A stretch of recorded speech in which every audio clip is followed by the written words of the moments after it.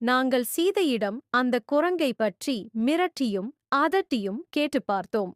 அவள் ஒன்றும் பேச மாட்டேன் என்கிறாள். குளங்கள், வாவிகள், செடிகள், கொடிகள், மரங்கள் இப்படி எல்லாவற்றையும் அக்குரங்கு நாசம் செய்துவிட்டது. ஆனால் சீதை இருக்கும் சிம்சுபா மரத்திற்கு மாத்திரம் எந்த சேதமும் இல்லை. அந்த மரம் அப்படியே சேதமாகாமல் உள்ளது. இதில் ஏதோ சூது இருக்க வேண்டும். இந்த குரங்கை உங்கள் எதிரிகளான இந்திரனோ குபேரனோ அல்லது இராமனோதான் அனுப்பியிருக்க வேண்டும். சீதையோடு மட்டும் இக்குரங்கிற்கு என்ன பேச்சு? அந்த தைரியம் அதற்கு எப்படி வந்தது? நீங்கள் உடனே வீரர்களை அனுப்பி அக்குரங்கை கொல்லவோ அல்லது பிடிக்கவோ சொல்வீர் என்று ராவணன் அடி சாய்த்தனர். அந்த அரக்கியர் தன் மனைவிகளுக்காக தான் நிர்மாணித்திருந்த அசோகவனம் கேட்டு இராவணனின் இரு கண்களும் இரு தீவட்டிகள் போல் சிவந்து அவற்றிலிருந்து எண்ணெய் கொட்டுவது போல கண்களில் நீர் கொட்டியது.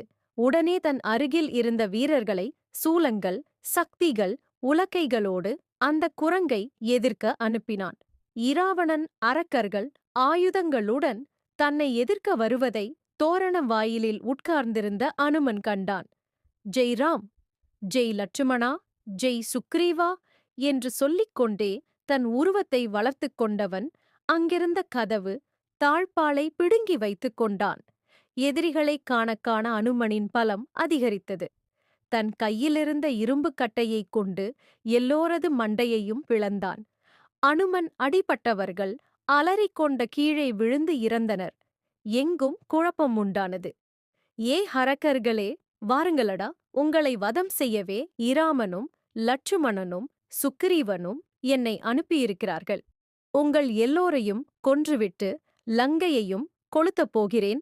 சீதையின் ஆசி பெற்றவன் நான் என்று கர்ஜித்தான் அனுமன். செய்தி போனது ராவணனுக்கு. கோபத்தில் அவனது இரு கண்களும் விரிந்தன.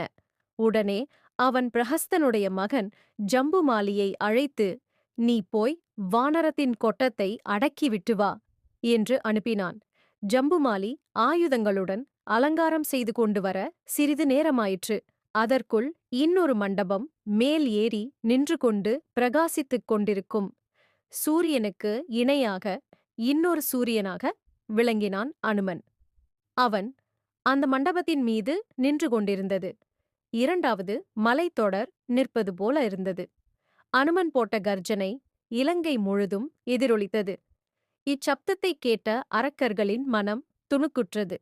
அனுமன் ஏறிய மண்டபத்தின் காவலர்கள் யார் இந்த குரங்கு என்று எண்ணி அதனை எதிர்க்க பாய்ந்தனர்.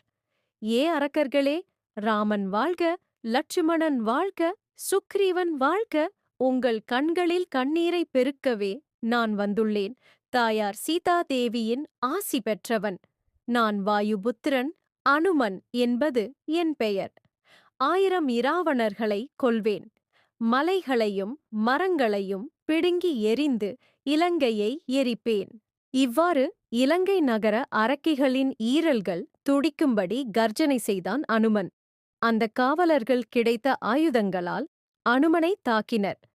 அனுமன் கோயிலில் இருந்து ஒரு தூணை பிடுங்கி அதனை பெரிதாக அங்கும் இங்கும் யமனைப் போல சுற்றி எல்லோரையும் வதைத்தான்.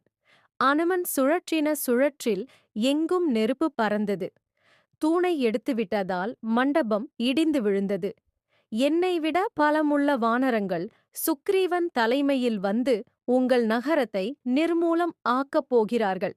ராமனுடைய பகையை சம்பாதித்துக் கொண்ட இராவணனுடன் இலங்கையும் அரக்கர்களும் அழிவது உறுதி. ராவணன் ஒழியப் போகிறான் என்ற உருமினான் அனுமன். அதற்குள் பிரகஸ்தன் மகன் ஜம்புமாலியும் வந்து சேர்ந்தான். விரிந்த பெருங்கண்கள், பயங்கரமான பற்கள், இரத்தம் போல சிவந்த ஆடை, காதில் குண்டலங்கள், கழுத்தில் மாலை, கையில் வில், இடுப்பில் கத்தி, இவற்றுடன் இடி போன்ற ஓசையை உடைய தேரின் மீது ஏறி வந்தான் ஜம்புமாலி. கோவேறு கழுதைகள் தேரை இழுத்து வந்தான ஜம்புமாலி வில்லை வளைத்து அம்புகளை விட்டான். அம்புகள் அனுமன் முகத்தில் அடித்து இரத்தம் கொட்டியது. வானில் சிவப்பு பூ மலர்ந்திருப்பது போல அனுமன் விளங்கினான். தேரின் மீது கோபம் கொண்ட மாருதி முதலில் ஒரு பெரும் பாறாங்கல்லை எறிந்தான். பின்னோர் ஆற்றா மரத்தை பிடுங்கி தேரை அடித்தான். அடுத்து மண்டபத்தூணை வீசினான். தேர் சுக்கல் சுக்கலாக ஒடிந்தது.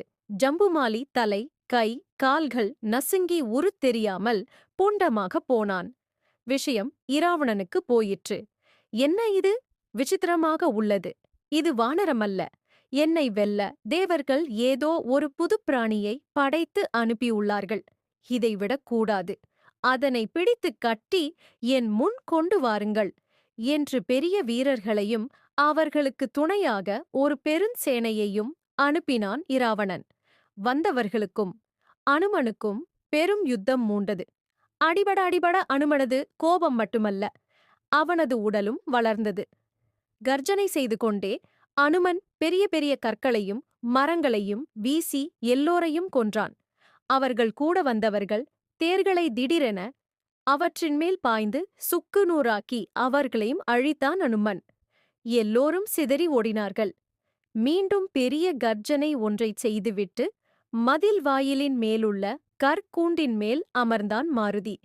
இது சாதாரணமான வானரம் அல்ல, தேவர்கள் அனுப்பியதுதான்.